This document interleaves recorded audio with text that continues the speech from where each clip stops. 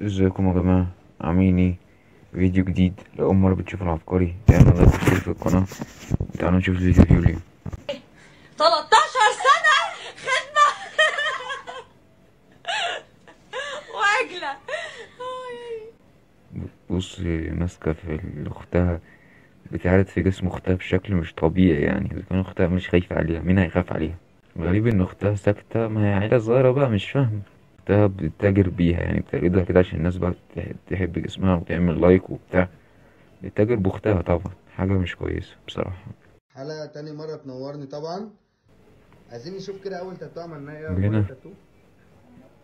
هنا ده راجل المفروض بيشتغل في رسم التاتو كده.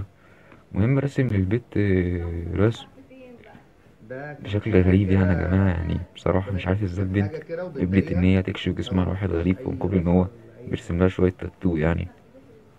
نورتيني. تاني مرة تنوره، يعني كل شوية تجيله يرسم لها، تجيله يرسم لها، بيطمن على التاتو وهي تقول لك تحفة، يعني شكله تاتو عجبه. بصوا بقى التاني، المكان التاني فين يا جماعة؟